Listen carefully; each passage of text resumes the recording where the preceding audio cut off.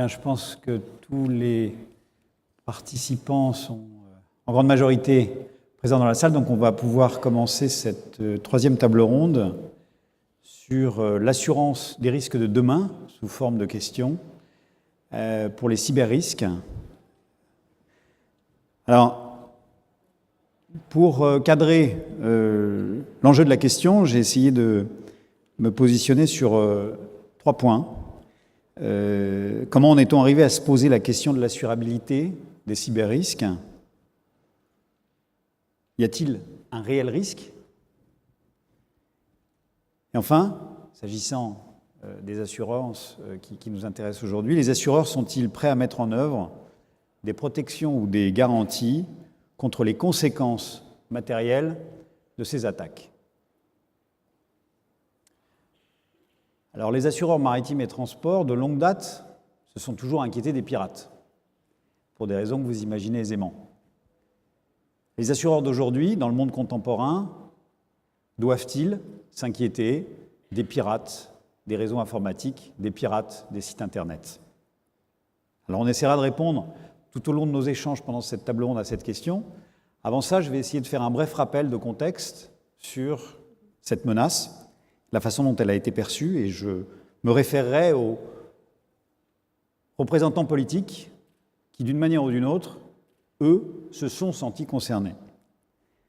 Ainsi, Barack Obama, dans son discours à la Maison-Blanche, le 29 mai 2009, il y a maintenant 9 ans, affirme, je cite, « La prospérité de l'Amérique passera par la cybersécurité. » Plus proche de nous, en 2013, Manuel Valls, alors ministre de l'Intérieur, au moment de fixer les grandes orientations de la réforme des services du renseignement intérieur, nous indique « L'interconnexion numérique croissante augmente considérablement la vulnérabilité des systèmes d'information. » Un peu plus loin, il rajoute « La cybermenace concerne aussi bien les systèmes d'information gouvernementaux stratégiques que ceux de nos principaux groupes industriels et commerciaux. »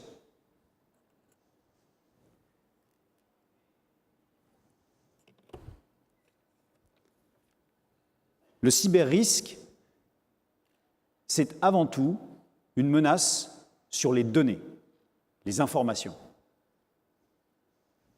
De fait, on se retrouve ici, à la croisée des chemins, à avoir un cyber-risque qui concerne les États.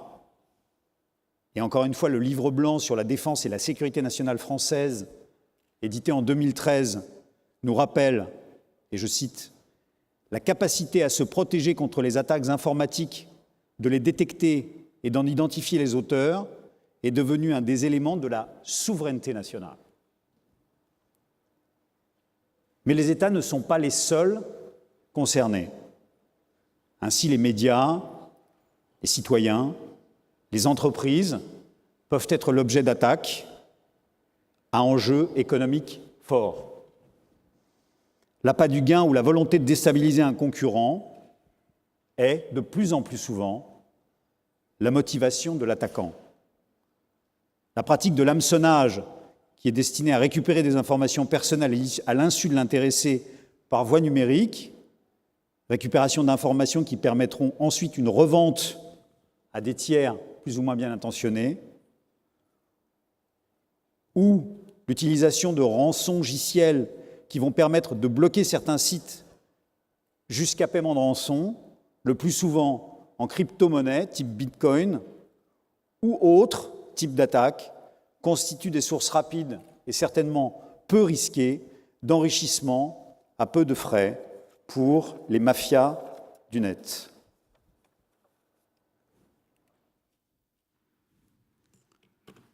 Est-ce qu'on a une idée des coûts que représente cette nouvelle menace? En fait, il est très difficile de trouver des rapports qui nous permettent d'avoir une vision précise sur les coûts engendrés par cette menace et exposés, réalisés par les victimes de ces attaques. Les Américains, très en pointe sur ce sujet, émettent tous les ans depuis un certain nombre d'années, ou tous les 2 ans pour certains d'entre eux, des rapports qui essayent de fixer l'état des lieux.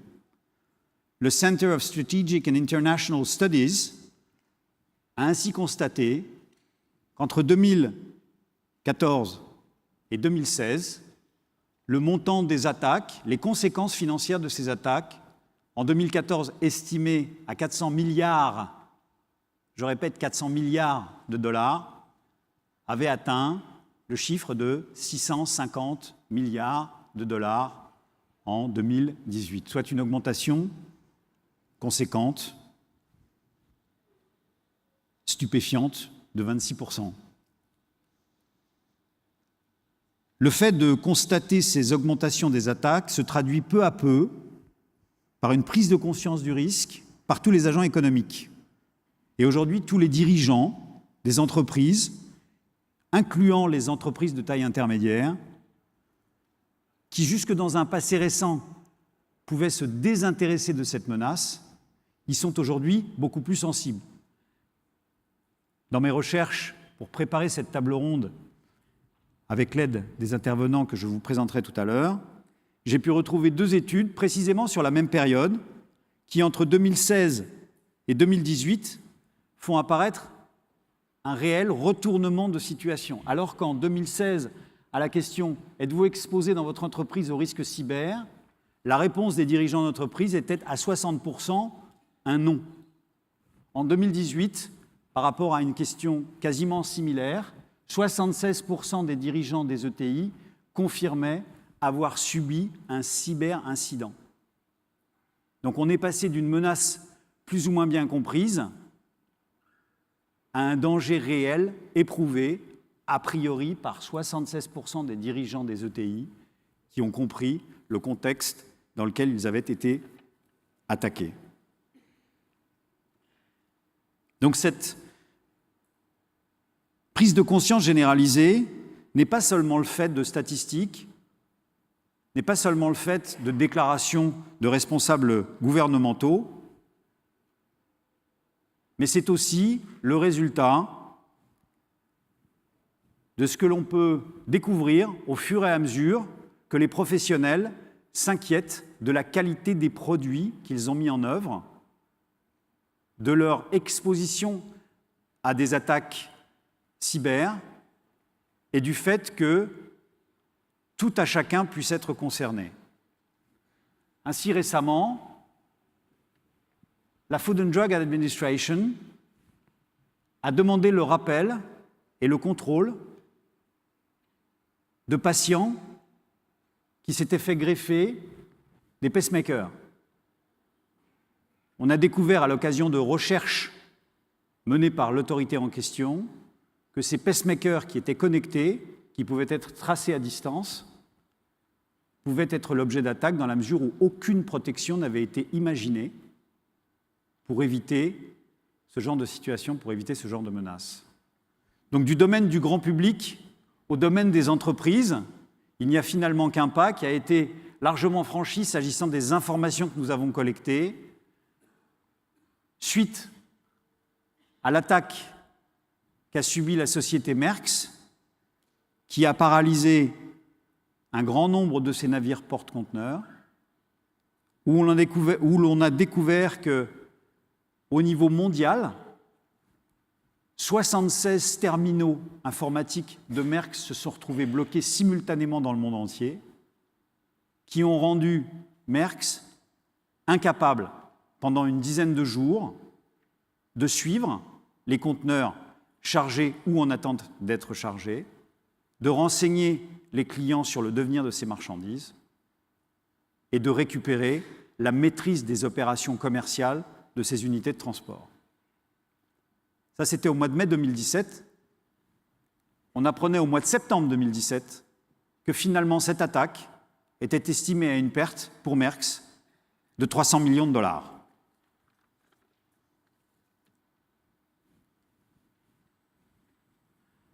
La technologie IoT La digitalisation, excusez-moi, à quelle fin? C'est très simple, on automatise à outrance, on déploie de la traçabilité à outrance et on contrôle à distance à outrance. La technologie le permet et les clients le demandent. La preuve, s'agissant du transport et de supply chain, nous avons aujourd'hui des objectifs reconnus et affirmés par tous les commissionnaires de transport, vendus dans le cadre de leurs prestations de services, préconisés par les armateurs dans leurs relations avec leurs clients.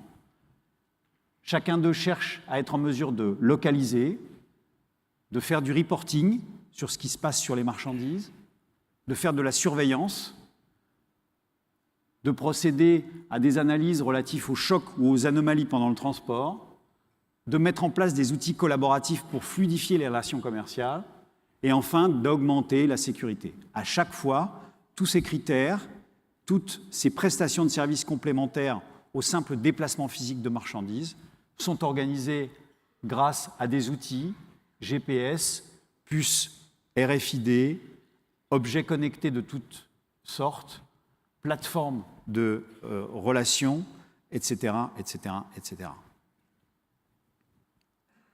Donc la démarche consistant à vendre cette technologie est partout dans le monde moderne, en particulier dans le monde du transport et de façon plus générale dans le monde de l'industrie. Demain, les navires sans équipage qui feront suite aux drones aériens qui sont déjà utilisés, notamment aux États-Unis, pour effectuer des livraisons sur courte distance de colis vendus par Amazon.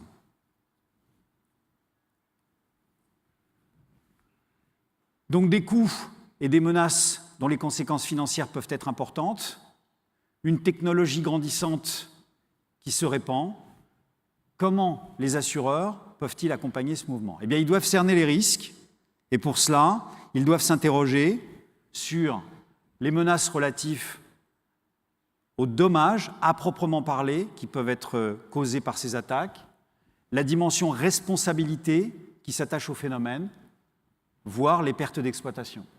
Ils doivent aussi raisonner sur la prévention, s'intéresser aux méthodes à suivre pour temporiser ou mesurer ou interdire ces attaques.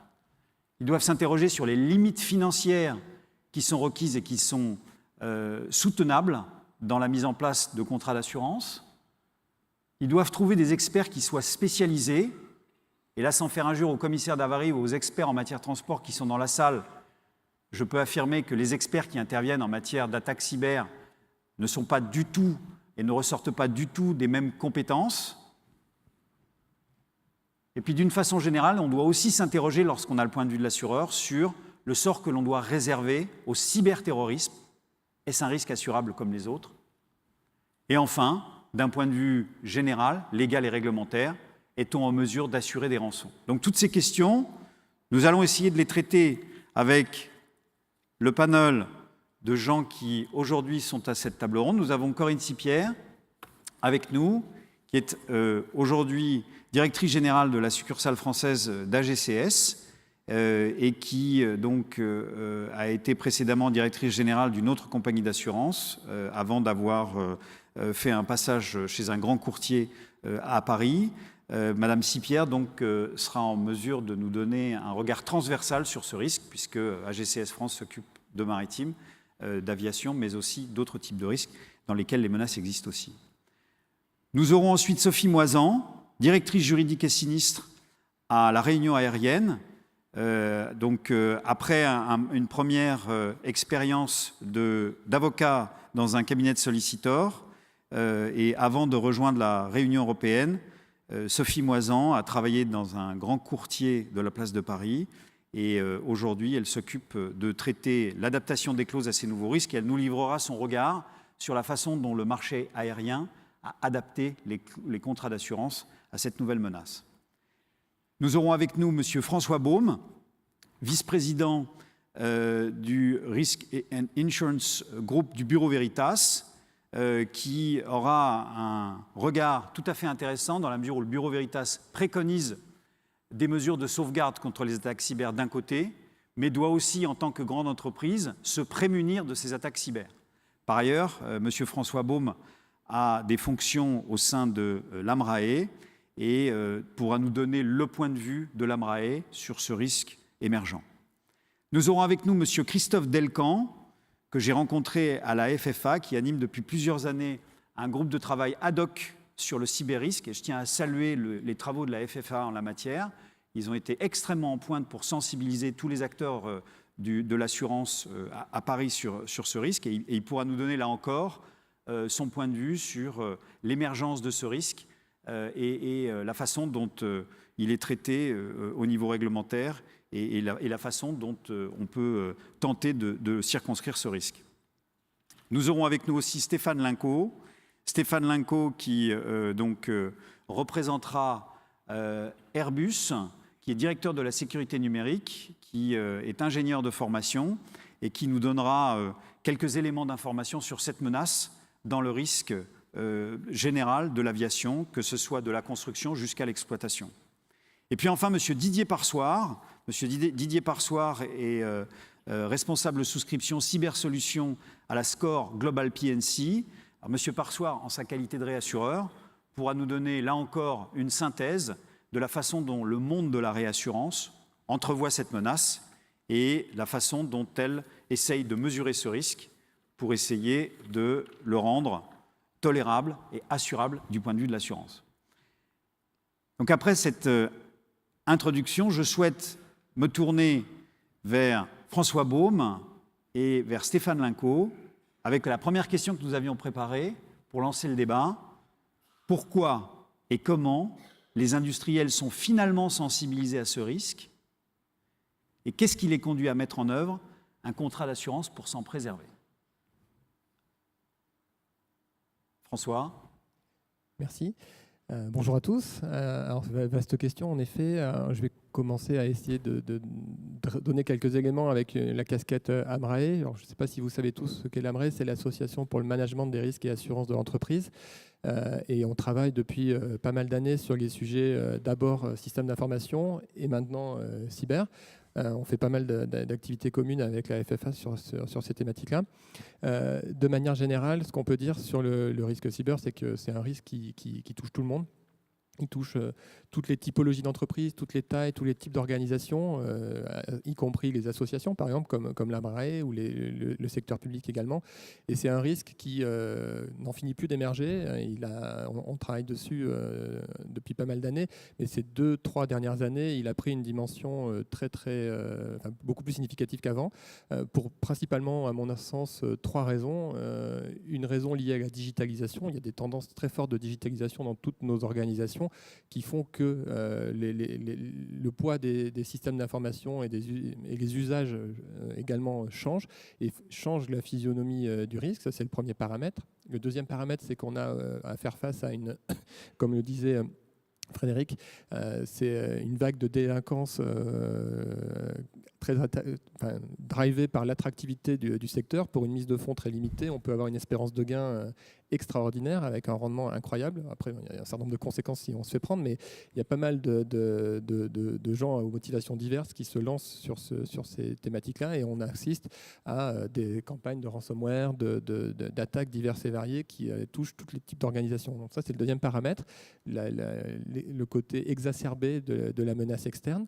Et le troisième paramètre, qui évolue aussi pas mal ces derniers temps, c'est l'évolution de la réglementation. Alors, on n'en a pas encore trop parlé, mais il y a des évolutions très significatives, notamment sur les volets données personnelles, protection des données, avec la mise en place du RGPD, le Règlement général sur la protection des données en Europe, le Cloud Act aux États-Unis, ce genre de réglementation qui commence à arriver et à se mettre en place. Il y en a encore pas mal d'autres en préparation sur la cybersécurité des objets connectés, par exemple, à la fois aux États-Unis et en Europe. Donc tout ce volet réglementaire a aussi un impact qui fait que toute organisation doit se préoccuper de ce risque-là. Elle doit s'en préoccuper dans 2 dimensions.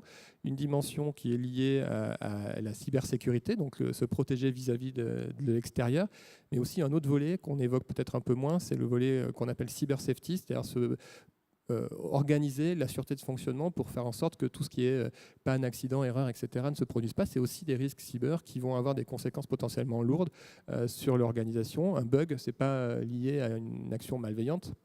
Une erreur de codage, c'est totalement non malveillant, et pourtant ça peut avoir des conséquences dramatiques sur l'entreprise, sur ses positions de marché, sur son futur, avec des éléments pour remédier à tout ça.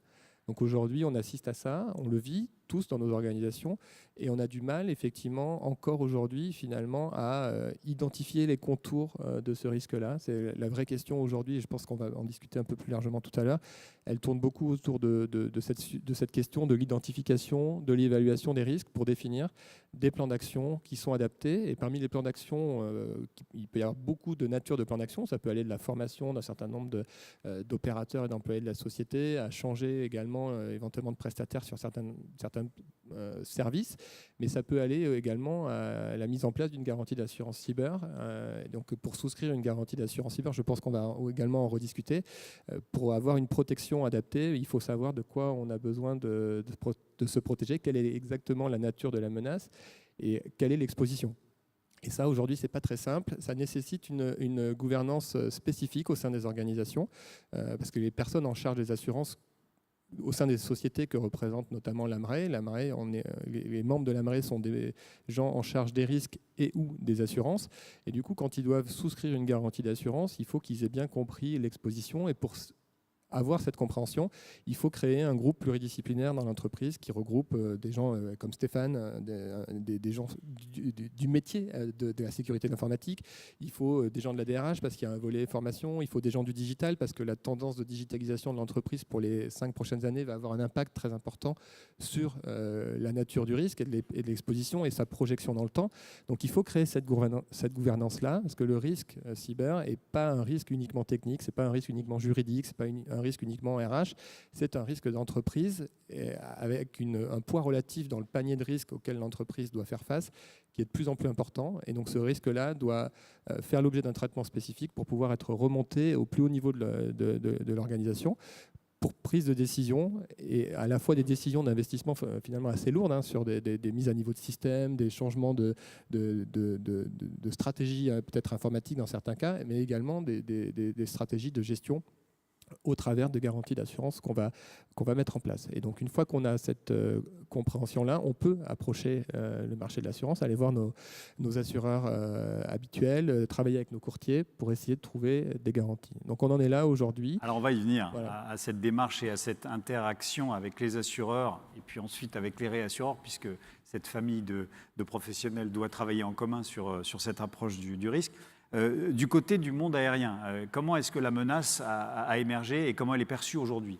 Alors, je vais saisir la balle au bon. Souvent, la première chose qui vient juste après cybersécurité, c'est une réponse de « c'est compliqué ». C'est vraiment pas faux. C'est compliqué parce que donc on constate effectivement l'explosion du digital de façon générale. Le digital pour accélérer les processus, parce qu'on voit que c'est une instrumentation qui permet d'accélérer un certain nombre de processus. Dans l'aérien, les processus de certification, c'est encore dans beaucoup d'endroits des liasses de papier certifiées avec l'opérateur agréé. Le fait de passer sur des formulaires numériques, c'est une meilleure traçabilité, c'est quelque chose de plus fluide, c'est l'absence de perte des documents papier. Donc il y a un gain de productivité intrinsèque à la digitalisation du processus existant. Mais c'est aussi une transformation de l'entreprise et des nouveaux métiers pour l'entreprise. Si on prend Airbus comme exemple, la création d'un service en ligne de maintenance prédictive, d'analyse causale sur la chaîne de fabrication, ce sont aussi des nouvelles façons de gagner de l'argent, d'être on time, on cost, on quality, d'augmenter la disponibilité de nos appareils, de prévenir les incidents. Et ça, ce sont des nouveaux pans métiers qui s'ouvrent à nous au travers de la digitalisation. C'est relativement nouveau de prendre la digitalisation sous cette ampleur-là. Avant, il y a une vision plus informaticienne du sujet. Alors, en cela, Airbus est atypique, et je suis probablement atypique dans le panel, n'étant pas vraiment assureur sur le sujet, mais impliqué, comme l'évoquait François il y a quelques instants. Le périmètre de la personne que vous rencontrez généralement en entreprise en tant qu'assureur pour parler de cybersécurité, c'est typiquement en France le RSSI. Le RSSI, il n'a pas toujours la totalité du panel. RSSI pour responsable de sécurité des systèmes d'information. Voilà, merci. Les anglo-saxons sont un peu plus propres dans la dénomination et parlent de sécurité de l'information en s'affranchissant du système. ce périmètre-là n'est pas toujours le même vu du RSSI. Historiquement, le RSSI, c'est quelqu'un qui a un volet très technique qui vient généralement effectivement de panels type ingénieur, voire des autodidactes dans certains cas, et se focalise beaucoup sur l'informatique bureautique traditionnelle. L'informatique bureautique traditionnelle, les facteurs de risque, les incidents sévères qu'on a vus jusque-là, effectivement, c'est la mise au tapis de Maersk qu'on évoquait, mais les cas célèbres, c'est Aramco sur le marché pétrolier, ou l'informatique classique, l'ordinateur que vous avez devant vous tous les jours avec la messagerie, etc., qui est au tapis et qui provoque un arrêt de la capacité à voir où sont les flux logistiques d'approvisionnement de pétrole. Donc le camion est bien là, le pétrole sort bien, mais on est incapable de dire où ça va, où en sont les stocks, de donner les instructions aux chauffeurs, et ça paralyse l'activité de l'entreprise. Ce périmètre-là, la bureautique classique, il est bien connu, bien maîtrisé. En revanche, avec l'explosion de l'IoT, avec l'explosion de la digitalisation d'un certain nombre de systèmes qu'on ne pense pas être informatisés, on voit l'explosion de l'OT, l'Operational Technology. Là aussi, ce à quoi on peut penser, c'est un cas comme Target, grande distribution aux États-Unis, où le vecteur d'infection, le vecteur de vulnérabilité, c'était du climatiseur connecté qui était en télémaintenance, qui était connecté au système d'information de l'ensemble de la chaîne et qui a permis à un attaquant de rentrer et d'aller sur les terminaux de paiement. Est-ce que les gens avaient pensé à l'époque qu'un climatiseur était connecté ? Probablement pas. Est-ce que les gens avaient pensé qu'on pourrait latéraliser vers le terminal de paiement et avoir des problématiques de données personnelles, données bancaires, etc. Certainement pas. Dans le panel du responsable de la sécurité des systèmes d'information, cette partie OT, elle n'est pas toujours présente au panel. Pour un industriel comme nous sur la fabrication des aéronefs, on a aussi des grandes machines-outils qui aussi sont pilotées, c'est de l'informatique déguisée, qui sont pilotées aussi potentiellement à distance. Et on voit les grands constructeurs de ces machines-outils qui nous disent ces machines-là sont régulièrement mises à jour, sont télémaintenues pour améliorer le service, etc. Là aussi, on a un vecteur d'entrée qui peut occasionner du cyberphysical et qui peut provoquer la perte d'un équipement physique, une perte de l'équipement par un vecteur d'entrée extérieur. Donc ce périmètre outil, qui soit réellement lié à la production ou pas réellement lié à la production, n'est pas toujours au périmètre. Et enfin, il y a la partie produit historique, donc la fabrication de l'avion qui vole. Et là aussi, ça n'est pas toujours au périmètre du responsable de la sécurité des systèmes d'information. Chez Airbus, on est atypique parce que c'est une problématique qu'on a pris il y a très longtemps sur l'ensemble de ces sujets-là, il y a au moins 4 ou 5 ans. Qui a une attention managériale extrêmement prégnante et qu'on fait en pluridisciplinaire depuis extrêmement longtemps. On a été précurseur sur la partie produit, par exemple, à sortir un manuel d'exploitation sécurité pour nos appareils qui vise à dire quelles sont les bonnes conditions d'exploitation de l'appareil pour qu'il soit géré de façon sûre, en bon français, avec, comme le citait François, l'objectif in fine de dire ce qui porte atteinte à la sûreté peut avoir un impact de sécurité sur la navigabilité de l'aéronef, sur sa bonne conduite. C'est quelque chose qu'on avait anticipé il y a bien longtemps et que le régulateur est venu nous aider à normer après la sortie de ces initiatives faites par l'entreprise. Moi, aujourd'hui, pour Airbus, j'ai l'ensemble de ces périmètres-là à regarder. Et venant du milieu SSI, venant du milieu technique, la triade des gens que vous avez en face de vous pense systématiquement confidentialité, intégrité, disponibilité. L'assureur va être préoccupé, le patron va être préoccupé par la probabilité d'occurrence et l'impact. Donc on n'arrive pas forcément avec le même langage, on n'arrive pas forcément avec le même périmètre en tête sur le domaine de régence, et la discussion, elle doit pouvoir s'établir sur des bases avec cette pluridisciplinarité qui permet de se comprendre et de parler de la même chose in fine. Un RSSI qui vous dit le risque zéro, c'est un RSSI qui ment, ça n'existe pas. Notre travail quotidien, il consiste à être capable de réagir à l'incident de façon la plus appropriée et à éviter qu'il se produise et à éviter les conséquences désastreuses. Donc on parle bien le même langage à la fin. On parle bien d'être capable de réagir rapidement et d'éviter des effets dévastateurs pour l'entreprise. Et ce qui reste, ce risque résiduel, c'est typiquement quelque chose qu'on doit discuter avec le risk manager et qu'on doit transférer à l'assurance en connaissance de cause. Voilà. Donc à ce stade, le décor est planté, la menace a été perçue, les analyses ont été lancées, les spécialistes RSSI se sont penchés sur la question et se tournent naturellement, à un certain moment, vers l'assurance. Ce n'est pas la seule solution, mais c'en est une. Corinne, vous avez fait un travail pour analyser la situation des risques rencontrés en la matière dans le domaine de l'aéronautique. Quel est votre premier témoignage sur sur cette situation? Alors, on n'a pas vraiment fait un travail. C'est un travail qui est amorcé, en fait. Et d'ailleurs, je ne suis pas sûre d'être la mieux placée pour en parler parce qu'on a un représentant d'Airbus ici et puis Sophie qui, je crois, fait partie des travaux plus spécifiquement. En fait, c'est une initiative qui s'appelle EIC, enfin EIC plus précisément, qui veut dire Environnement pour l'interopérabilité et l'intégration en cybersécurité. Attention. Et le principe derrière ça, c'est plutôt de se dire quels sont, dans une filière, quel que soit le secteur d'activité, les grands risques cyber, quels sont les scénarios possibles. Et à partir de là, une fois que ces travaux de recherche, parce que c'est vraiment un projet de recherche, ont été effectués, commencer à échanger avec des représentants du secteur de l'assurance pour se dire comment est-ce que l'assurance et la filière, plus généralement, va réagir face à ces différents scénarios. Et en fait, il y a un cas pratique qui est en cours et qui est notamment donc, sur la filière aéronautique et défense, avec une grosse implication d'Airbus notamment, et également de la FFA et de beaucoup d'acteurs, tant de la filière que plutôt assureurs et risques, en fait. Voilà. Donc c'est les travaux qui viennent d'être lancés et je crois que les premières réunions de travail démarrent autour de quelles réactions ont les polices d'assurance face à ces scénarios envisagés. Est-ce que ça veut dire que pour comprendre, pour décider de mettre en place des contrats d'assurance au sens large, on a d'abord besoin de passer par une phase d'analyse approfondie avec les assurés, secteur par secteur? L'aéronautique aujourd'hui, demain l'alimentaire, après-demain, je ne sais pas, n'importe quelle autre activité à laquelle on puisse penser. Est-ce que c'est la démarche qui vous paraît être la plus efficace?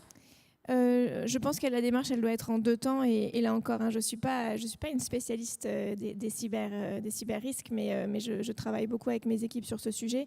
À mon sens, il y aura forcément des éléments qui seront très communs en termes de risque cyber. Ce que je dis communément, c'est qu'une des grosses difficultés, et j'empiète un peu sur le sujet suivant, une des grosses difficultés du risque cyber, c'est que contrairement à beaucoup d'autres risques, il n'est pas circonscrit ni à un secteur d'activité, ni à une zone géographique. C'est-à-dire que souvent, un événement naturel, ça va certes toucher une grande région, mais ça ne va pas toucher le monde entier.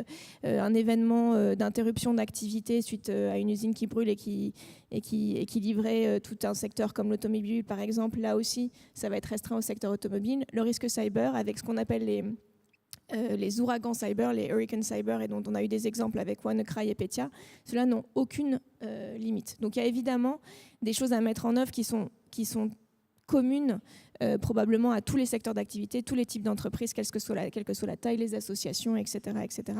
En revanche, c'est vrai qu'après, en fonction des interconnexions d'une filière donnée, on va se retrouver sur d'autres raisonnements, et c'est pour ça que ce type de projet de recherche me semble très intéressant, et qui rejoignent d'ailleurs toutes les réflexions qu'on a, nous, assureurs grand risque, sur la supply chain, parce qu'en fait, c'est un petit peu le même principe, c'est-à-dire qu'en fait, on se rend compte aujourd'hui que réfléchir à une entreprise stand-alone quand on la couvre par exemple en dommages, c'est très réducteur parce qu'en fait elle fait partie d'un écosystème et en fonction de comment cet écosystème fonctionne, l'exposition au risque est très variable.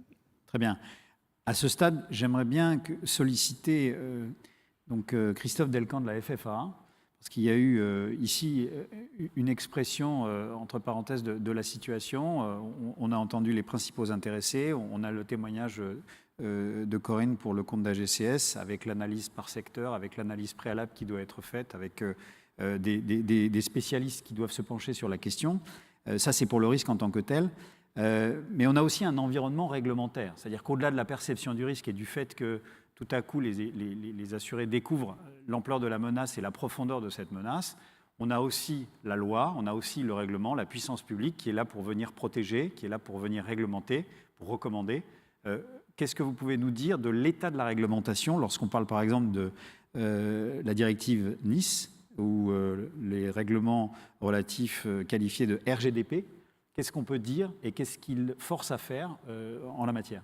Alors, ces deux règlements, RGPD et la directive Nice, c'est au niveau européen, mais je voudrais insister sur le fait que la France est vraiment en avance sur le sujet, avec deux lois, l'une qui remonte depuis très longtemps, 78, la loi Liberté Informatique, et la loi de programmation militaire 2013, qui a été le fondement de la directive Nice. Et la France est très en avance, notamment avec l'ANSSI, l'Agence nationale de sécurité des systèmes d'information de l'État, qui drive vraiment tous ces sujets. Il faut vraiment également reconnaître cette institution. Pour revenir à cette réglementation, c'est vrai que nous également, assureurs, on voit que c'est compliqué chez les clients de faire cette approche du risque, c'est compliqué de transférer le risque, mais l'un des points clés, on l'a vu aux États-Unis au début des années 2000, c'est la réglementation. Et vous avez deux réglementations donc très fortes qui viennent d'être évoquées, qui pour nous peuvent être un élément accélérateur de la prise de conscience et du transfert de ce risque. RGPD, on en parle beaucoup, je pense que tout le monde dans cette enceinte est au courant du sujet, la protection des données. Par contre, vous avez une directive qui est peut-être un peu moins connue, qui est la directive Nice sur la sécurité des systèmes d'information, qui a été prise en même temps au mois de mai, et surtout, je souhaite attirer votre attention, pour ceux qui ne l'ont pas encore fait, sur le décret d'application qui a été pris le 23 mai 2018. Et ce décret d'application, je ne sais pas si dans la salle, il y a 2 pages qui concernent le secteur d'activité des transports. Transport aérien, transport ferroviaire, transport guidé, transport par voie d'eau, transport routier. Et vous avez pour chacun de ces transferts les types d'opérateurs. Pour le transport par voie d'eau, vous en avez 6 qui sont concernés. Et pour chacun de ces opérateurs, vous avez les services essentiels qui sont concernés. Et en quoi vous êtes particulièrement impliqué, c'est que vous allez avoir des obligations qui résultent de ce décret d'application. Vous allez devoir vous conformer à un certain nombre de règles et les appliquer. Et si vous ne les appliquez pas, votre responsabilité pourra être mise en cause. Et donc, quand on parle de responsabilité, c'est vrai qu'on a tendance à se tourner vers les assureurs. C'est là où je dis que cette nouvelle réglementation va permettre d'avoir une meilleure analyse de vos risques en pleine coopération avec les assureurs, puisque derrière, vous avez des sanctions. Vous aurez des amendes si vous ne réalisez pas ces travaux. Donc, il est très important d'avoir en tête ces nouvelles réglementations, d'échanger avec vos assureurs, voir de quelle manière votre exposition au risque est la plus faible possible. Donc voilà, très rapidement brossé les 2 points d'attention que je voulais apporter sur la réglementation. Donc voilà un rappel sur le cadre réglementaire qui nous confirme bien que la puissance publique est très attentive au fait que les entreprises doivent se préserver et en même temps préserver leur connexion commerciale, leurs clients, leurs prestataires, de façon générale leur activité. Et donc aujourd'hui, on en est au point où la question est posée aux assureurs. Et dans ce cas-là, les assureurs doivent réagir à cette demande.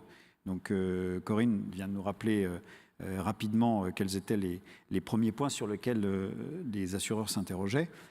Qu'est-ce qu'on peut dire de plus sur la façon d'apprécier, tant du point de vue de l'assurance en direct, que peut-être du point de vue de la réassurance, puisque les 2 familles de professionnels doivent se concerter. Qu'est-ce qui doit être analysé et qu'est-ce qui intéresse tout particulièrement les assureurs, que ce soit pour des garanties de dommages, que ce soit pour des garanties RC, que ce soit pour des garanties dites perte d'exploitation. Quels sont les fils conducteurs qui conduisent votre analyse pour vous permettre de prendre des décisions? Alors, ce qu'il faut savoir, et peut-être pour donner un tout petit peu de contexte, aujourd'hui, l'assurance cyber, c'est finalement 3 volets.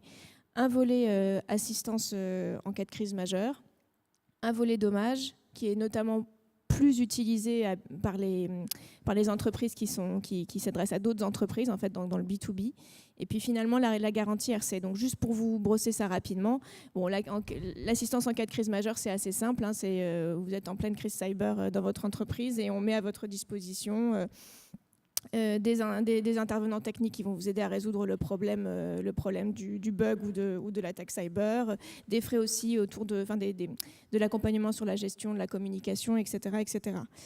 Donc après, la partie dommage pour les acteurs industriels, alors là, on est sur soit une attaque cyber, soit un bug informatique, soit un événement sur un système d'informatique ou un système d'information qui fait que l'entreprise ne peut plus délivrer une partie de ses services ou de ses prestations ou de ses productions. Et là, en général, c'est plutôt des garanties de perte d'exploitation qui se mettent en œuvre. Et c'est quelque chose qui est couvert assez classiquement. On reconstitue aussi la donnée si c'est nécessaire. On finance également les reconstitutions de frais de données.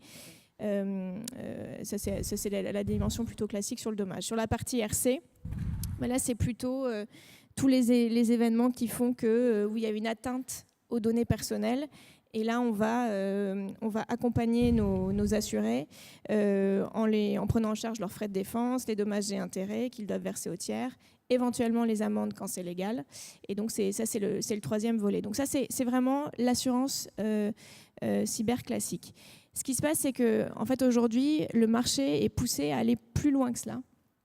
Dans la mesure où ce qui peut se produire aujourd'hui, avec aussi donc, les ouragans cyber dont je parlais tout à l'heure, c'est le fait que l'assuré ou notre assuré soit touché par une perte suite à une défaillance informatique ou à une attaque informatique sur un de ses fournisseurs, un de ses prestataires. Ça peut être un fournisseur d'accès, ça peut être le fournisseur du cloud, etc. Et donc ça, c'est un des premiers sujets sur lesquels aujourd'hui les clients nous poussent et qu'en général on sous-limite, c'est-à-dire on a rarement le plein de la garantie sur ce genre d'activité, mais c'est quelque chose qu'on est en train de développer.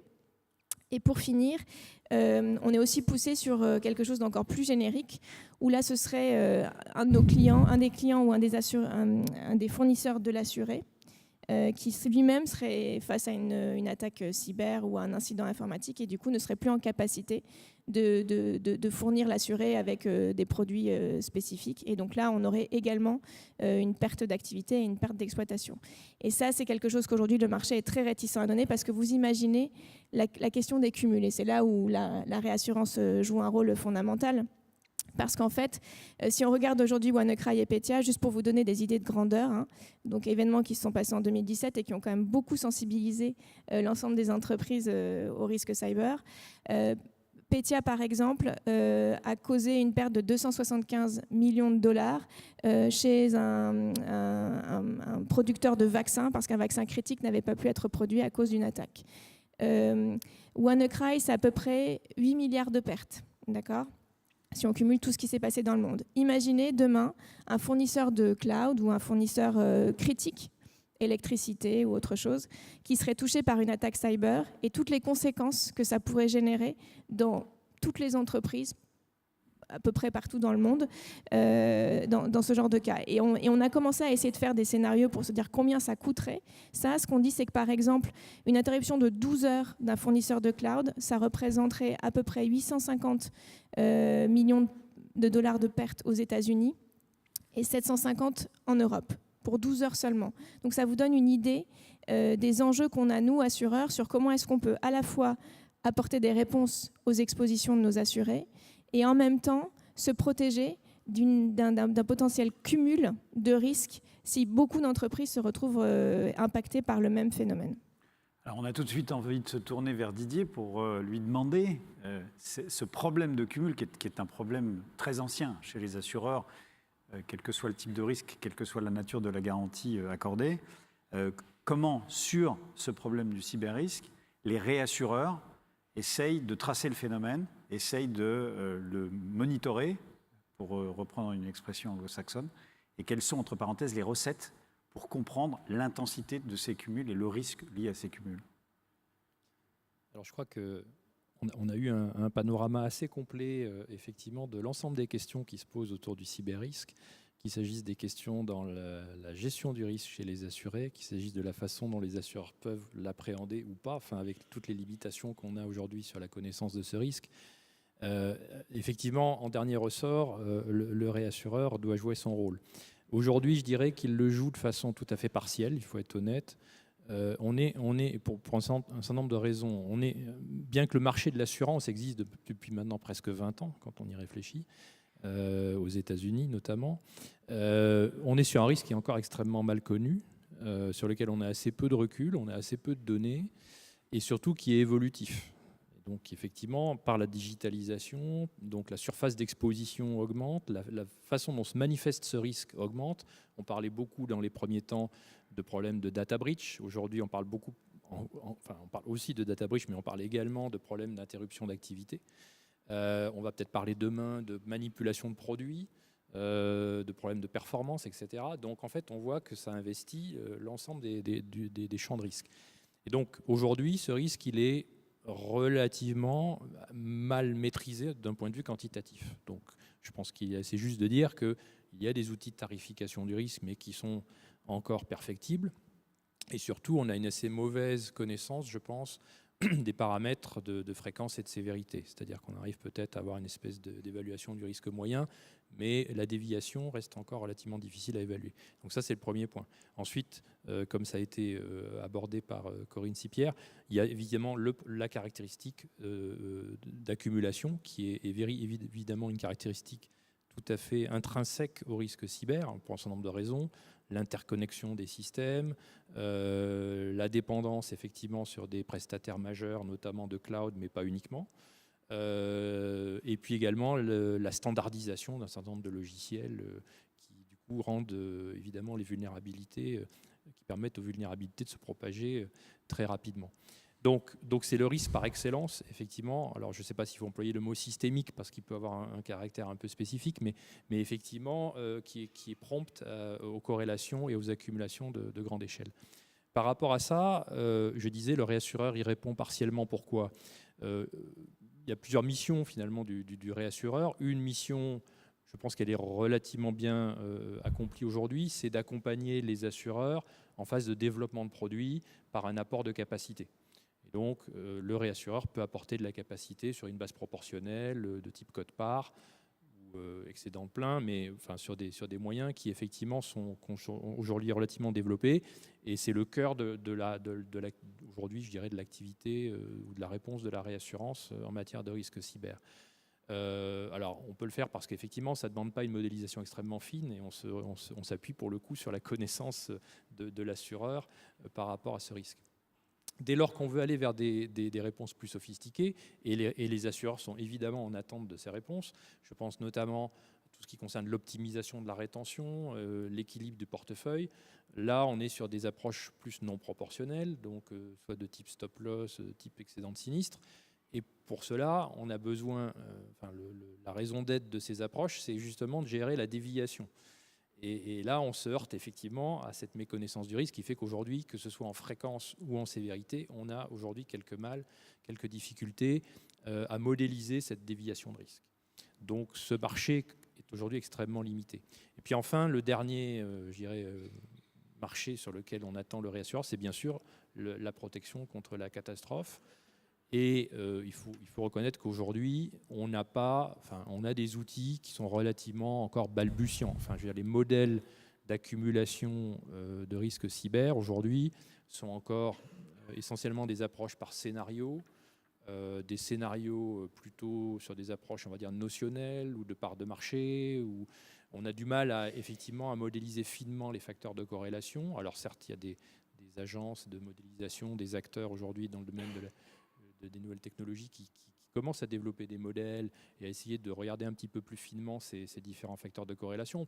Mais on voit bien les difficultés auxquelles on se heurte, qui sont effectivement comment arriver à modéliser les interactions de l'assuré avec l'ensemble de ses prestataires, que ce soit effectivement des prestataires, physiques, dans la supply chain physique ou logique, informatique. Donc c'est extrêmement compliqué. On avance, on est évidemment en contact très étroit avec beaucoup d'acteurs sur ce domaine, mais aujourd'hui, on a des modèles qui sont encore relativement rudimentaires. Ça, c'est la première raison. La deuxième raison, concernant les protections catastrophes, c'est la définition de l'événement lui-même. Comment définir un événement catastrophe cyber ? C'est extrêmement compliqué parce que l'événement cyber, par définition, je dirais, ne connaît pas de limite géographique ni temporelle. Oui. On l'a vu avec effectivement NotPetya et avec WannaCry, il n'y a pas de géographie. On peut trouver quelques facteurs effectivement d'atténuation géographique, mais ils sont assez limités. Et puis des aspects temporels également. Très souvent, une attaque a eu lieu ou a commencé bien avant qu'on la détecte. Donc comment reconstituer cette timeline et comment agréger des événements qui vont se manifester pas forcément de façon simultanée chez les différents assurés. Donc ça, c'est le vrai sujet. Et aujourd'hui, il n'y a pas de définition satisfaisante de l'événement cyber. Non, ça, c'est un point qui va me permettre de rebondir vers Christophe Delcamp. En préparant cet entretien, j'ai feuilleté pas mal de documents, j'ai feuilleté pas mal de choses. Et effectivement, j'ai été frappé par la diversité des définitions que l'on donnait, soit de la cybermenace, soit du cyberrisque, soit de la cyberattaque. Et en fait, le point de départ, c'est de constater qu'effectivement, il y a des définitions très larges qui doivent rendre le travail de l'assureur d'autant plus compliqué. Alors, comme simplificateur, on a le travail, je dirais, qui a été fait donc, à la FFA. C'est une simplification, de mon point de vue. Je suis les travaux de la FFA qui sont conduits par Christophe Delcamp sur ce sujet, le cyberrisque, depuis maintenant 3 ans, je crois. Christophe, est-ce que vous pourriez nous donner des éléments descriptifs de ce qui a été fait dans cette commission depuis 3 ans et de ce qu'elle traite comme information au quotidien presque, puisqu'on reçoit des bulletins d'information régulièrement. Voilà. Et comme vous le constatez par nos propos, l'approche du risque cyber est compliquée pour des sachants. Alors imaginez le tissu industriel français constitué de TPE-PME, c'est encore plus compliqué. Donc depuis 3 ans au sein de la fédération, on s'attelle à un certain nombre de travaux. Dans un premier temps, à destination des clients de nos adhérents, c'est-à-dire de travailler sur la pédagogie, de la communication, des informations simples, de guides pratiques, à l'instar d'ailleurs de tous nos adhérents et d'autres. Ça, c'est vis-à-vis de l'extérieur. En interne, on a un gros travail à réaliser pour clarifier ce que Corinne a évoqué, pour clarifier les frontières entre les différentes branches d'assurance qui peuvent intervenir sur le risque cyber. 1, en termes de lisibilité vis-à-vis des clients, mais 2, surtout pour les assureurs, par rapport aux propos de Didier, pour la maîtrise des cumuls et la maîtrise des engagements. Donc, ce que l'on essaye de faire, c'est travailler sur des définitions communes. Là, on travaille avec l'ANSSI, qui est le sachant en la matière. Les assureurs ont validé le partage d'un certain nombre de documents. On travaille également, je dirais, à contrario, sur des exclusions, et on pourra en reparler peut-être après sur le domaine maritime, sur des exclusions bien claires, bien précises, pour savoir où on flèche les capacités, vers le dommage, vers l'ARC ou vers le contrat cyber branche pure. Le troisième sujet, on travaille sur la prévention. Donc, on a bâti un outil d'autodiagnostic qu'on a fourni à nos adhérents pour analyser l'exposition au risque des TPE-PME, parce que j'insiste, c'est vraiment le cœur de notre travail. Les grands comptes sont des sachants, ont l'information, alors que l'ensemble des collectivités locales et des TPE-PME ne l'ont pas encore. Donc, on essaye de travailler sur ces sujets-là et sur des sujets connexes. Par exemple, comment sécuriser les transmissions d'alarmes en matière d'incendie ou vol au risque cyber. C'est aussi avec le Centre national de prévention et protection des travaux que l'on mène. Les 2 derniers travaux, c'est des travaux plutôt d'analyse juridique. Frédéric vous l'a présenté, l'assurabilité des rançons, l'assurabilité des amendes administratives. Il faut qu'il y ait une clarification du sujet pour qu'il n'y ait pas de problématique de discrimination, de distorsion de concurrence entre les acteurs. Et le dernier point, qui est notre cœur du sujet, c'est la quantification du risque. Donc on est encore très pauvre en matière de données. On lance des enquêtes, on est riche d'informations en incendie, on en a très peu en cyber, donc là on en lance ces jours-ci pour essayer effectivement d'avoir une vision sur les primes, les sinistres et les engagements cumulés par adhérent. On va essayer de l'avoir prochainement. Et j'en terminerai par un dernier point, c'est qu'on n'est pas tout seul dans cet univers, ça a été exposé. Il y a l'ANSSI que j'ai déjà évoqué, il y a l'IRT Systemics, qui est un institut de recherche technologique financé notamment par Airbus. Il y a un certain nombre de juristes, on travaille avec le club des juristes. Je vous invite à aller sur notre page puisqu'on a publié un guide assez conséquent il y a maintenant 6 mois sur le sujet. Enfin bref, on essaye de travailler avec tous les acteurs qui permettent effectivement d'avoir une plus grande maturité, tant chez les assureurs que chez nos clients, sur le sujet des cyberrisques. Merci beaucoup pour ces clarifications. Vous avez cité l'analyse juridique auquel vous vous livrez. C'est le témoin parfait qui peut être passé à Sophie, qui a vécu une expérience tout à fait unique, qui a, à ma connaissance, jamais été poussée dans les autres branches d'assurance, avec autant d'efficacité et autant de profondeur. Sophie, dans un domaine spécifique qui est le risque aviation, et dans un contexte international, j'insiste bien là-dessus, c'est-à-dire en Angleterre principalement, avec des souscripteurs du marché anglais, a participé à la mise en œuvre d'une démarche assurantielle relative au cyber-risque. Alors, certes, quelque peu restrictive dans un premier temps, mais qui débouche quand même sur un élément de solution du côté des assureurs aviation. Sophie, est-ce que vous pourriez nous résumer cette expérience pour qu'on essaye de voir si elle est transposable dans d'autres secteurs? Alors, donc, effectivement, j'ai représenté en fait la FFA dans le groupe de travail de l'AICG, qui est l'Aviation Insurance Clause Group du marché aéronautique à Londres, sur la mise en place d'une clause standard qui est devenue l'AVN 124. Vous pouvez aller consulter sur le site ce wording si ça vous intéresse. En fait, la démarche de départ, elle vient de la constatation par les assureurs aéronautiques que en matière aéronautique, le risque cyber, c'est peut-être pas seulement ce que l'on redoute tous et ce que l'on imagine tous, c'est-à-dire le hacker qui prend le contrôle d'un appareil ou qui prend le contrôle du système de air traffic control, de contrôle aérien, et qui arrive à cracher au sol un appareil, voire plusieurs appareils, à permettre des collisions sur les pistes. Ça, c'est véritablement un scénario qu'il faut évidemment prendre très au sérieux. C'est spontanément ce à quoi on pense quand on pense cyber risk dans l'aéronautique. Mais en réalité, ce que nous, assureurs aéronautiques, avons expérimenté en termes de réclamations auxquelles le marché a déjà eu à faire face, c'est une toute autre typologie de risque cyber. Ça rejoint bien sûr les risques qui ont été décrits précédemment ici, c'est-à-dire les data breach, les problématiques de typiquement une compagnie aérienne qui a des systèmes évidemment de données clients, chaque client qui prend un billet, qui prend une assurance complémentaire pour son vol ou autre, enregistre ces données, notamment ces données de carte bancaire.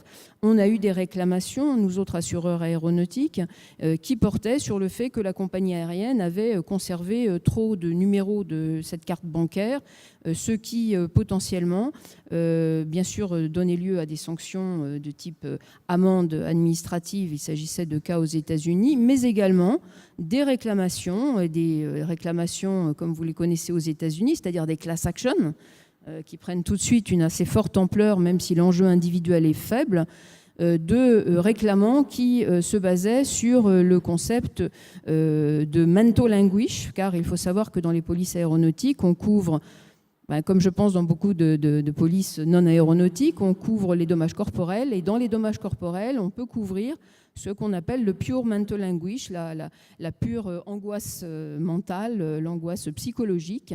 Et par ce biais-là, nous autres assureurs aéronautiques avons eu la surprise de s'apercevoir que nous couvrions ce genre de réclamation dans nos polices. Une autre voie d'entrée d'ailleurs. Comment on appelle ça dans le jargon des assureurs? On appelle ça comment, ces clauses qu'on découvre?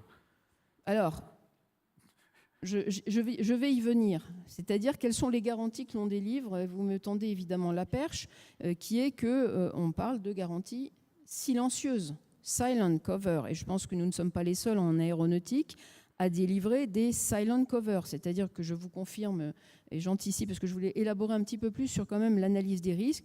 L'autre typologie de risques auxquels on a été confronté, ce sont effectivement des pertes d'exploitation majeures liées à des retards et à des annulations de vols, liées non pas tellement à des cyberattaques, et là je voulais rebondir sur certains propos de mes prédécesseurs, le cyberrisque, ce ne sont pas que les attaques.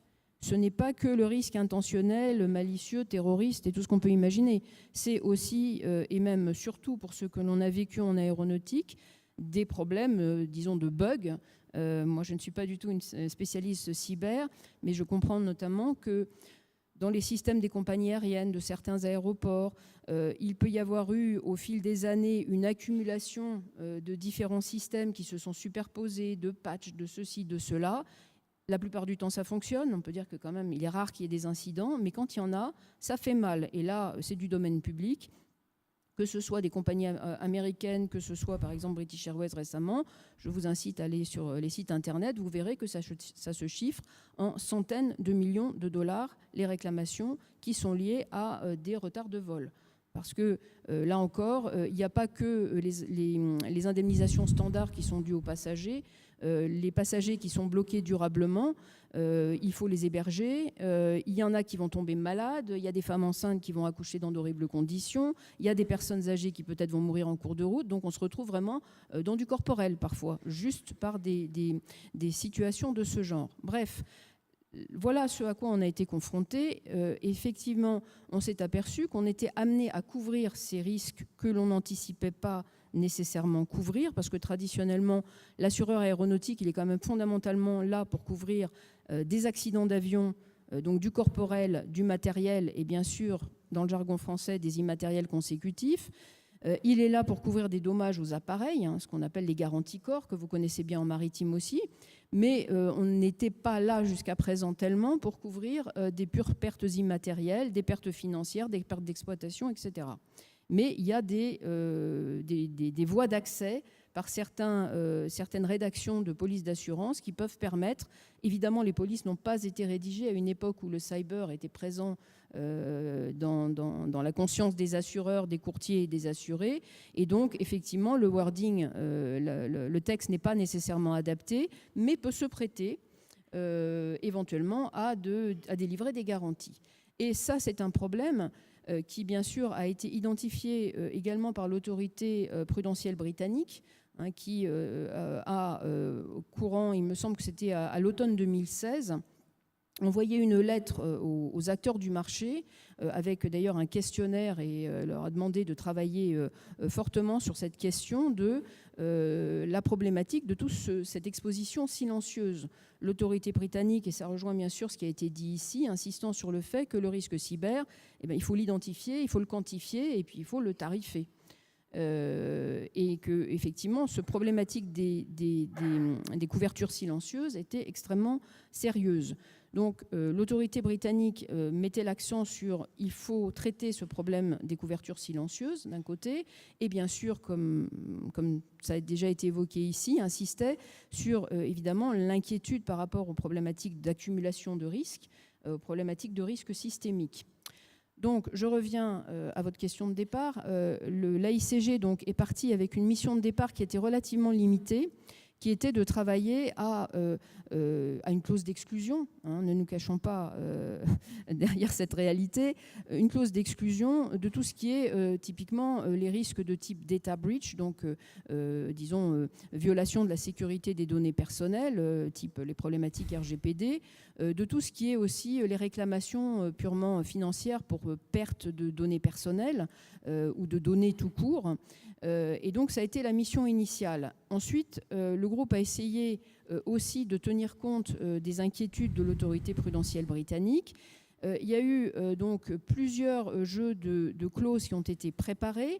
Il y a eu une très vaste consultation qui a été faite sur un projet de clause qui s'appelait la CD50, donc qui a été diffusé y compris aux courtiers d'assurance. Et en définitive, au bout de tous ces travaux de réflexion, on en est arrivé à la conclusion au niveau de ce groupe de travail qu'il était prématuré d'essayer de traiter la problématique de l'accumulation. Donc ce sujet-là, le risque effectivement de multiples crashs, enfin une méga catastrophe nature 11 septembre, voire pire, parce qu'elle pourrait impacter, comme on l'a dit, d'autres secteurs que l'aérien, ça, pour l'instant, on le laisse de côté parce que, comme les intervenants précédents l'ont bien dit, on manque cruellement de visibilité sur la question. Donc, il y a des travaux en cours, notamment au Lloyd's, où il y a une vaste analyse aussi qui a été lancée. Donc, ça rejoint tous ces travaux qui ont lieu un peu partout dans le monde. En revanche, on a donc quand même rédigé une clause, qui est donc l'AVN 124, qui fondamentalement traite de data event. On l'appelle la data event clause. On ne parle pas d'ailleurs d'exclusion, parce que c'est une clause qui est en deux volets. Il y a une exclusion, qui je dois dire est quand même très générale, parce qu'elle touche finalement tout ce qui concerne les données. Donc finalement, l'informatique, c'est le problème, finalement, il est avec les données. Avec les données, on en arrive pratiquement à presque tout exclure. Mais on ne fait pas qu'exclure dans cette clause, on rachète.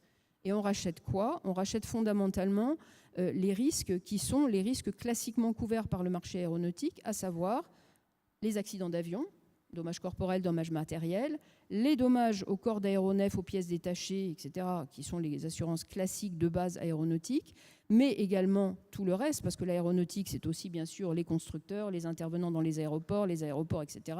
Tous ces prestataires ont des couvertures d'assurance dites RC professionnelles aéronautiques ou des responsabilités civiles produits. On a donc aussi un rachat pour tout ce qui est dommages corporels, dommages matériels, causés par un événement donc, qui affecte des données et qui intervient, qui affecte l'activité aéronautique de nos clients. Voilà fondamentalement les rachats de base standards. C'est-à-dire on a une exclusion, on a immédiatement ces rachats qui permettent de confirmer que l'on continue de couvrir les risques fondamentaux qui sont normalement délivrés par le marché aéronautique, que la cause soit cyber ou non. Mais on offre également la possibilité de rachat optionnel, c'est-à-dire qu'il y a un quatrième rachat qui est en quelque sorte manuscrit, c'est à l'assureur qui souscrit le risque eh bien, d'identifier éventuellement les extensions de garantie. Il y a des assureurs qui veulent couvrir les délais ou certains types de délais. Qu'à cela ne tienne, à partir du moment où le risque est identifié spécifiquement, il va pouvoir être couvert. Donc voilà grosso modo la démarche qui a été entreprise. La clause a été publiée en février 2018. Donc c'est très récent. C'est très récent. Elle n'est pas encore, à ma connaissance, largement utilisée, voire pas utilisée du tout dans les placements d'assurance que l'on voit actuellement. On en a parlé récemment parce qu'il y avait un grand forum d'assureurs aéronautiques. Le souci actuel, c'est que la grande préoccupation du marché aéronautique, qui est quand même très largement londonien à la base, actuellement, c'est le Brexit. Et donc, il y a des clauses Brexit que les acteurs du secteur connaissent bien et que les assureurs aéronautiques, voire les courtiers, essayent pour l'instant d'introduire dans les polices d'assurance qui se renouvellent actuellement. Il est perçu comme étant un petit peu difficile aujourd'hui vis-à-vis des courtiers de pousser deux clauses à la fois, la clause Brexit et la clause de la VN 124, dont la clause cyber. Très bien. Donc je vous donne rendez-vous peut-être à une autre année, dans un an. On en saura un peu plus sur l'adoption ou non, la généralisation ou non de cette clause. Je rappelle bien sûr qu'il s'agit d'une clause standard, mais nullement obligatoire. Ce sont des clauses qui sont proposées, mais nullement imposées. Optionnel. Merci beaucoup pour cette clarification. Donc voilà un exemple par lequel on démontre qu'une communauté d'assureurs a priori méfiante vis-à-vis d'une situation ou d'un risque est capable d'ouvrir la garantie à certaines conditions et d'en fixer précisément les termes de façon collective à l'intérieur d'un marché et dans un domaine, je dirais, transnational. Alors de là, on a envie de s'interroger à voix haute sur tout ce qui concerne les mesures de prévention, les mesures conservatoires, parce que peu à peu, si on imagine qu'on puisse un jour garantir du cyber, si on puisse aujourd'hui constater qu'on le garantit dans certaines catégories de risques ou pour certaines activités, on se demande bien comment on doit balancer le risque, réduire le risque, et comment on doit mettre en place, comment on doit déterminer ce que seront les meilleures mesures conservatoires. Moi j'ai tendance, en tant que maritimiste de formation, à m'interroger sur ce que font les sociétés de classification en la matière. Le Bureau Veritas a, il y a quelques semaines, lancé une proposition au bénéfice des armateurs, et ça peut être le premier sujet que nous allons traiter sur cette question des mesures conservatoires. J'aurai d'autres questions pour les autres participants à la table ronde après la réponse du Bureau Veritas. En effet, c'est une illustration parmi d'autres appliquée au domaine de l'armement. Du coup, qu'est-ce qu'on propose aujourd'hui chez Bureau Veritas depuis quelques mois ? On a intégré dans la classe en fait, un certain nombre de règles complémentaires liées à la cybersécurité.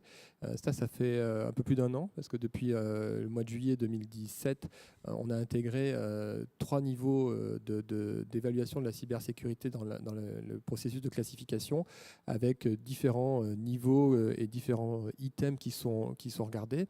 Et par ailleurs, on a ajouté à ça des notations sur le sujet cybersécurité et cybersafety, 2 notations, une qui vise aujourd'hui à regarder les softwares principalement, et une deuxième qui vise à regarder finalement, à évaluer le lien entre les navires et le remote control onshore. Donc ça, c'est un deuxième axe de travail. Et au final, au travers de ces règles-là, on donne un éclairage complémentaire sur la qualité de la protection à la fois en cybersécurité et en cybersafety de ces navires.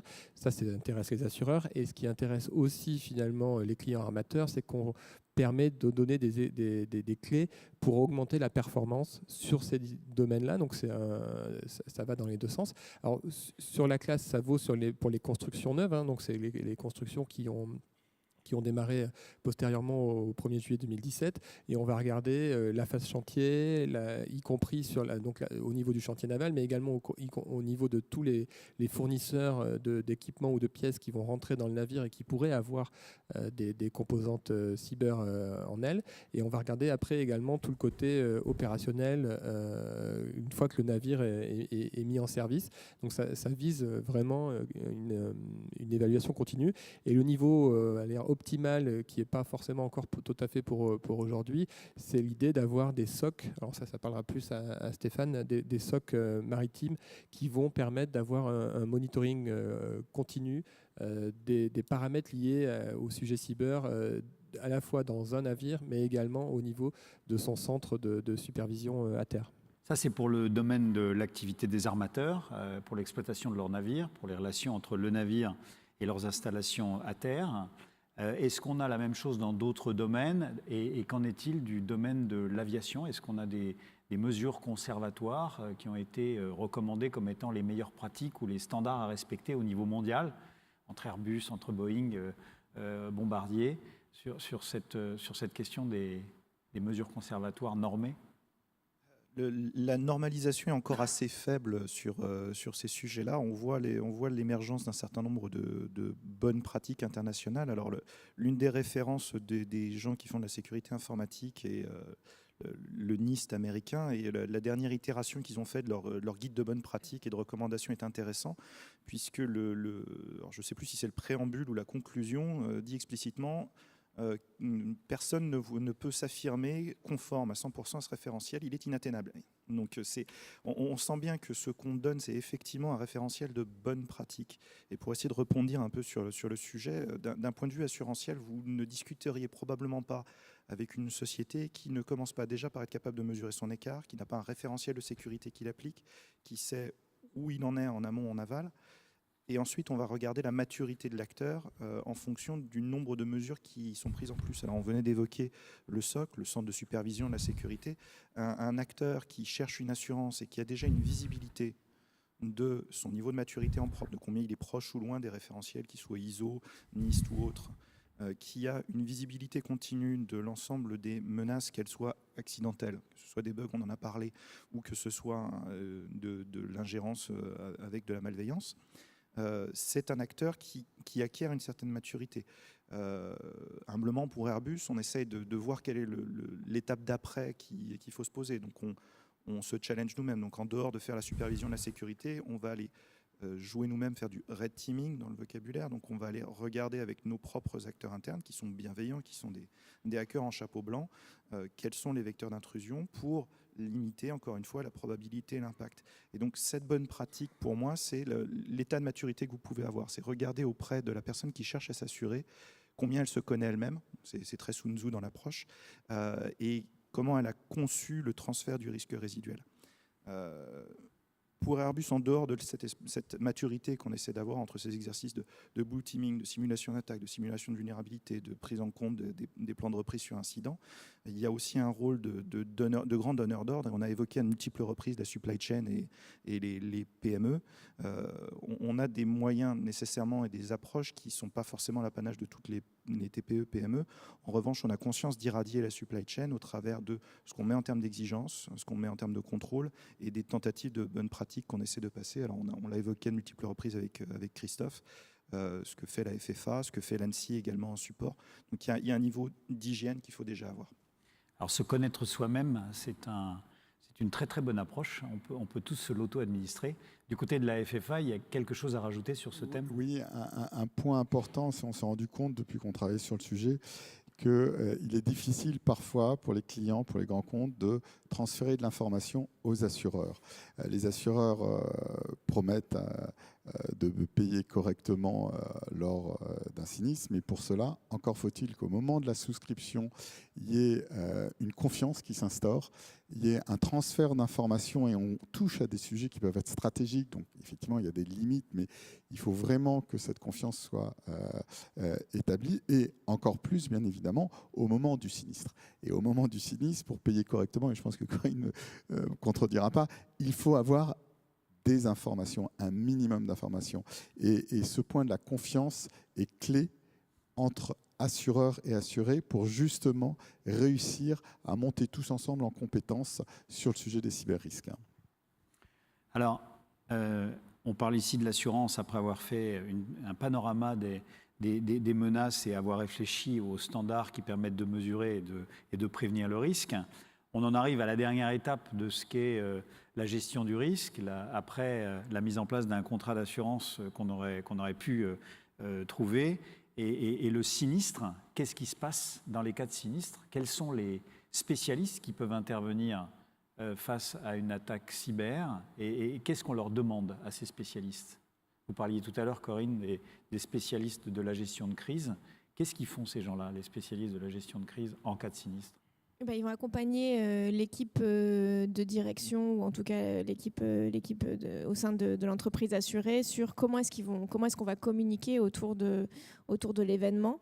Alors ça va dépendre évidemment du type d'événement, et c'est vrai que pendant longtemps on pensait surtout aux aspects data breach qui étaient très préoccupants pour les entreprises, mais maintenant ça peut être autre chose. C'est quand est-ce que la production va reprendre. Enfin, on a vu quand même au cours de l'année dernière des entreprises comme Saint-Gobain qui ont été mises à l'arrêt, et on parlait de Maersk aussi, c'est exactement le même genre de sujet. C'est donc les accompagner sur comment communiquer le temps de la résolution de l'incident et limiter au maximum les éventuelles réclamations et les perturbations au niveau de la réputation aussi de l'entreprise, qui sont quand même des sujets clés pour la plupart de nos assurés.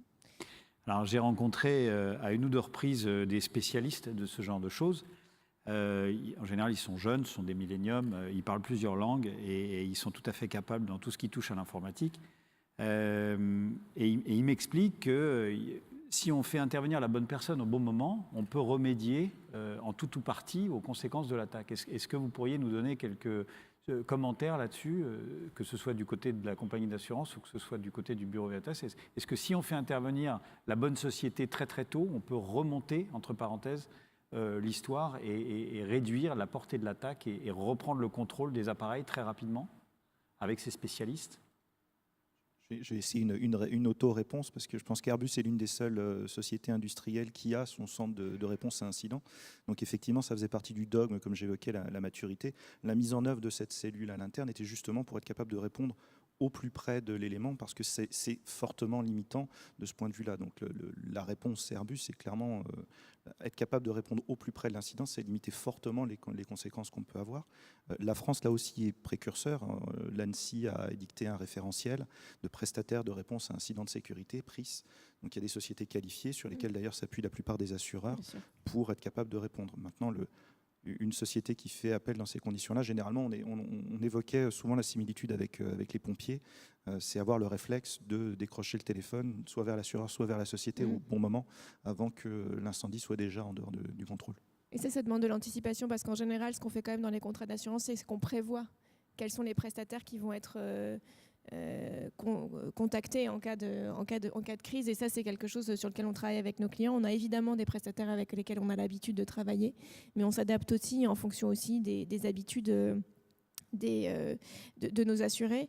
Et c'est vrai que c'est un sujet important également, parce que moi je discutais effectivement avec alors pour le coup plutôt sur la partie gestion de la communication dans ce cas dans des cas de crise, qui me disait qu'en fait la difficulté qu'on a aujourd'hui, c'est que finalement le nombre d'incidents est de plus en plus restreint. Il y a quand même, et c'est ce qui va aussi venir avec l'amélioration avec de la sécurité des systèmes informatiques, on arrive à les renforcer année après année, avec l'arrivée aussi de l'intelligence artificielle, etc.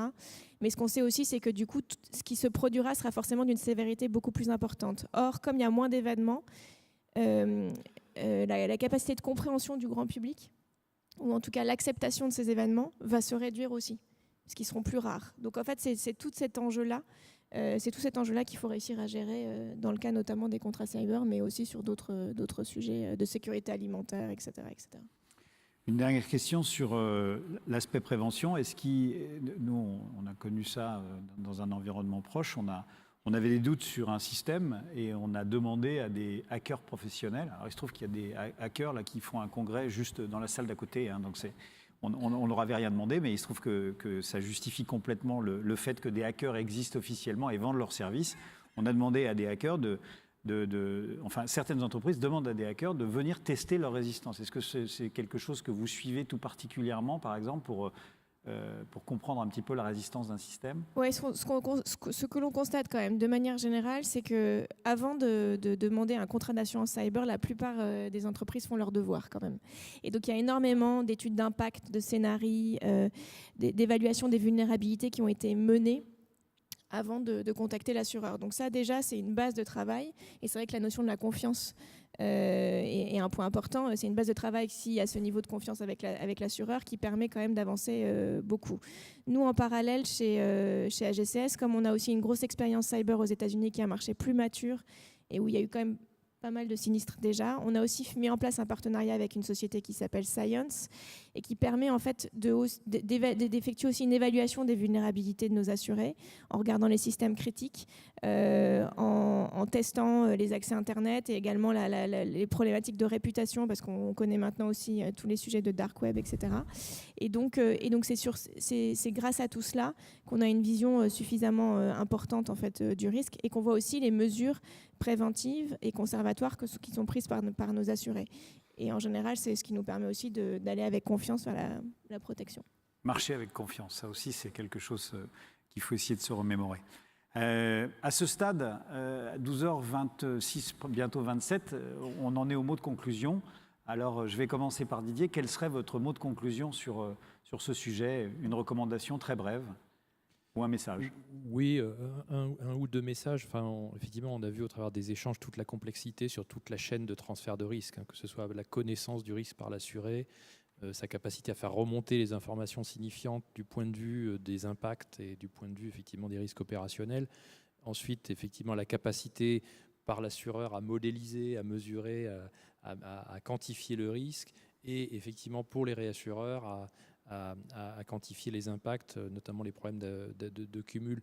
Donc je pense pour moi, il y a deux choses qui sont révélées par la situation de marché. Un, c'est le besoin d'expertise dans notre industrie, je veux dire dans l'industrie de l'assurance et de la réassurance, qui est absolument clé. Et je pense qu'il en est du cyber comme il en a été d'autres branches techniques par le passé. Enfin, moi-même, mon parcours, je suis ingénieur spatial, je suis arrivé par l'assurance pour souscrire des risques spatiaux, à une époque où il y avait peu d'ingénieurs dans le domaine.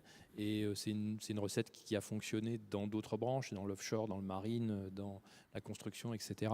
Donc je pense qu'il faut vraiment que l'industrie s'équipe d'experts, avec toute la difficulté qui est qu'aujourd'hui, c'est un métier sous tension. Donc trouver des bons praticiens de la cybersécurité, déjà c'est difficile pour l'industrie. Et donc les convaincre de venir vers le monde de l'assurance, qui est quand même un petit peu un monde étranger pour cette population, c'est un challenge. Mais en tout cas, il faut vraiment construire cette expertise chez l'ensemble des acteurs. La deuxième chose, je pense que le cyber révèle, parce que les produits sont complexes, produits de dommages, de responsabilité, de gestion de crise, d'assistance, etc., révèle un autre sujet qui est comment appréhender ce produit, comment appréhender ce risque, comment le souscrire. Et on voit que ça oblige à revisiter nos organisations parce qu'on ne peut plus travailler en silo. On a besoin d'experts en dommages, on a besoin d'experts en responsabilité civile. On ne peut pas avoir des super souscripteurs cyber qui connaissent tout. Les problématiques de supply chain qui ont été évoquées également, c'est extrêmement complexe. Donc il va falloir revisiter la façon de travailler, et peut-être que le souscripteur cyber sera une espèce de chef d'orchestre qui agencera un certain nombre de compétences pour appréhender toute la complexité du sujet.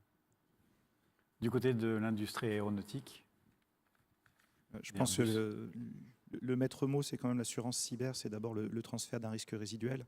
Donc je pense que la base du sujet, c'est quand même de se dire d'une part qu'on ne parlerait pas de risque résiduel s'il n'y avait pas un certain nombre de choses faites. Donc, je parle pour ma propre paroisse. Si des gens qui exercent le même métier que moi n'étaient pas là, on ne parlerait pas d'assurance cyber, on n'aurait absolument pas cette maturité. Et donc, cette tâche-là se professionnalise et va continuer d'évoluer avec la digitalisation galopante. Je pense que c'est une tendance de fond. Mais surtout, l'assurance cyber, c'est quelque chose qui est pluridisciplinaire, on venait de l'évoquer, et ça doit être fait en partenariat avec les professionnels de chacun de ces arts-là, en particulier avec ce qui est risk manager, de façon à sortir chacun de sa zone de confort, qui de la protection de systèmes informatiques et parler bugs, vulnerability, CNI, etc. Et l'autre qui parle probabilité d'occurrence, risque, couverture, rachat, etc. Donc pour moi, c'est la croisée de ces chemins-là qui va faire l'assurance cyber. Merci. Du côté de la FFA. Oui, rapidement, en 2 mots, hein, les assureurs ont toujours su accompagner les industriels, les prestataires de services dans leur développement économique. Il n'y a pas de raison que pour le risque cyber, ça ne se fasse pas. Mais le point clé est effectivement, pour transférer ce risque résiduel, d'établir une relation de confiance avec votre assureur pour pouvoir effectivement bâtir les bonnes stratégies qui vous sont propres.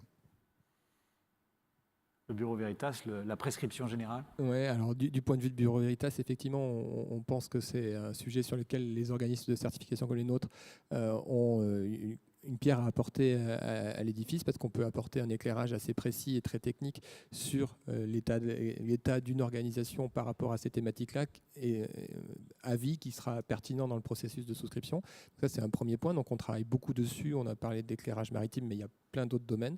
Et le deuxième point, plus large, plutôt la perspective AMRAE, c'est qu'effectivement, il faut avoir un point de vue holistique pour englober la totalité des thématiques et pas uniquement focaliser sur le côté sécurité. Sinon, on rate une partie de l'exposition et on va rater une partie de sa résolution de manière préventive et aussi en matière de couverture assurantielle.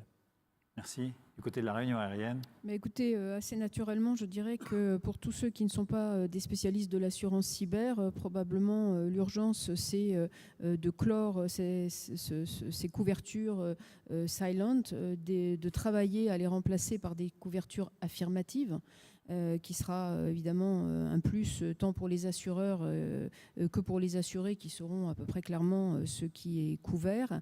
Et d'une manière générale, je pense qu'il va falloir, là c'est très prématuré encore, mais qu'on essaie de mieux voir où sont les articulations entre, disons, l'assurance cyber à proprement parler et les autres types d'assurance, assurance transport, dommages, RC, etc. Probablement, enfin c'est un petit peu en tout cas le fruit de l'analyse dans le domaine aéronautique, il y a une partie de l'exposition cyber qui peut être et doit sans doute être prise en charge dans les assurances, je dirais, traditionnelles. Probablement, j'imagine, plutôt le corporel et le matériel. Tout ce qui concerne les pertes purement financières, c'est effectivement la zone qui est la plus subtile et peut-être où la délimitation entre les différents types d'assurance est la plus complexe à mettre en place. Très bien, Corinne, du point de vue de la compagnie d'assurance. Alors donc pour conclure, de ce fait, moi insisterai sur le fait que c'est vraiment un risque qui va être de plus en plus international, de plus en plus sévère, que toutes les entreprises sont effectivement concernées, et on a quand même la chance en France d'avoir un marché qui est très compétitif, parce que avant de venir, j'ai un petit peu regardé comment se comportaient les tarifs dans d'autres pays, et il se trouve que par exemple aux États-Unis, ils sont 2 fois supérieurs. Donc je ne saurais que trop engager les entreprises à regarder comment se couvrir sur ce risque-là, parce qu'aujourd'hui, on a des offres sur le marché français qui sont de bonne facture et à des prix compétitifs. Voilà.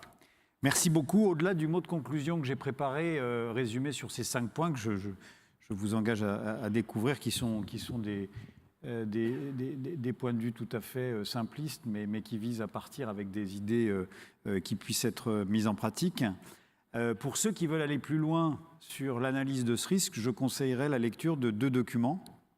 Je vais faire un petit peu de publicité à monsieur Nicolas Arpagian, qui a écrit un que sais-je sur la cybersécurité, qui a été remis à jour en mai 2018, qui est un petit trésor de synthèse, qui est extrêmement instructif, à la fois sur le risque en tant que tel et sur les différents mouvements sociaux, politiques et économiques qui sont mis en œuvre pour s'en préserver. Donc c'est, je pense, un grand spécialiste, et on a de la chance d'avoir un Français qui soit aussi pointu sur la question. Et puis le deuxième document que j'avais consulté avec beaucoup d'intérêt il y a quelques mois de cela, c'est un rapport qui a été fait par le Club des juristes sur le cyberrisque, qui est paru sur leur site internet et qui est paru en janvier de cette année. Donc tout ça, c'est très très contemporain et qui nous apprend énormément de choses sur l'aspect juridique du cyberrisque. Il y a une dimension RC qu'il ne faut certainement pas, je dirais, réduire ou occulter, qui va être de plus en plus une menace pour les entreprises qui manient de la donnée. Si jamais elles sont attaquées, si jamais elles n'ont pas mis en place les pare-feux recommandés, qui par la loi, qui par les standards professionnels, et qui verront les actions en RC professionnel se déployer de plus en plus régulièrement. D'autant que maintenant, le droit français connaît la class action. Il y a un certain nombre d'avocats dans la salle, ils pourront vous en parler si vous voulez des détails. Sont des actions et des procédures qui sont de vrais tsunamis pour ceux qui en sont l'objet. Voilà. Alors il y a peut-être quelques minutes pour une ou deux questions, mais pas plus, car on a un petit peu de retard. On devait commencer avec Madame Ekman à 12h30. Mais si une question vous brûle les lèvres, on va essayer d'y répondre. Une question ici, au premier rang.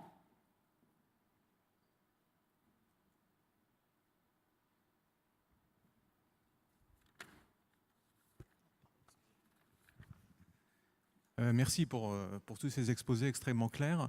Je me présente, je suis Michel Braffman, Réunion aérienne et spatiale, collègue de Sophie. Donc on a vu l'importance de la transmission d'informations et on le voit bien, c'est vrai dans d'autres secteurs également. Cette transmission est gênée à tous les niveaux, y compris au niveau industriel, simplement parce que les questions de cyber touchent en même temps la sécurité et la sûreté.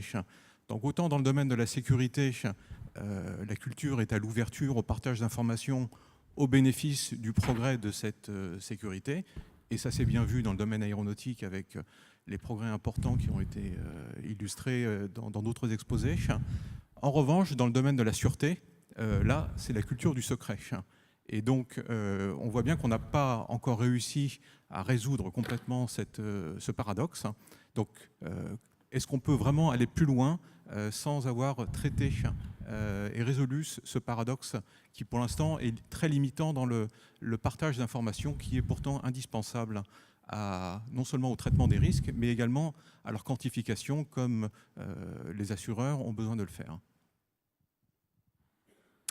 C'est une question pour les gens qui manient le secret. Alors, c'est peut-être parce que c'est un secret ou c'est mal connu, mais donc paradoxalement, j'allais dire, sur tous ces éléments de sûreté, on échange extrêmement bien sur le secteur aérospatial. Alors, je parle pour Airbus, on travaille énormément avec des gens qui sont pourtant des concurrents sur un certain nombre de secteurs d'activité, Boeing pour ne pas les nommer, mais d'autres acteurs de l'aérien, au travers des ISAC, Information Sharing and Analysis Center. Donc il y a un Aviation ISAC aux États-Unis. Il y a la mise en place d'un homologue européen, European Aviation ISAC, qui est en chantier, là aussi sur lequel Airbus est extrêmement présent.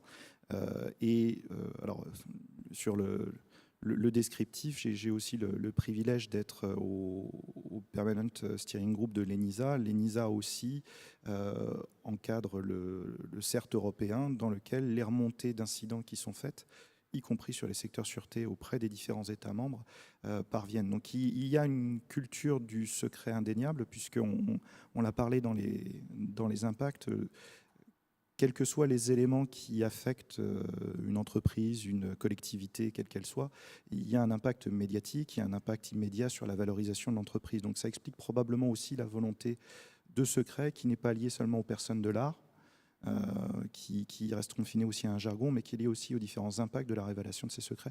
J'en reviens à ce que disait Christophe un peu avant. Au moment de la souscription d'une assurance, il y a une nécessaire transparence qu'il faut avoir entre l'assuré et l'assureur sur ces éléments-là. Je doute qu'une totale transparence existe sur ce sujet de façon générale. En revanche, entre personnes de l'art et entre personnes qui ont la relation d'assureur à assurer ou qu'on se besoin d'en connaître, je pense qu'on a réellement beaucoup avancé. Pour Airbus, en tout cas, je peux dire sur ces éléments de sûreté, il y a vraiment très peu de choses, pour ne pas dire rien, parce que le rien est exclut toujours plein de choses. Il y a vraiment extrêmement peu de choses qu'on ne partage pas avec les autres acteurs de l'aérien qui ont ce degré de maturité-là. Voilà, partager, ça sera le mot de la conclusion de la réponse à cette question. Je ne pense pas qu'on puisse prendre d'autres questions parce qu'il est 12h39. Il va falloir accueillir Madame Ekman. Il ne reste plus qu'à remercier les intervenants qui ont accepté d'intervenir, qui ont accepté d'apporter leur témoignage dans une affaire et dans un domaine qui n'est pas simple. Merci beaucoup de votre attention et encore une fois, merci à nos intervenants.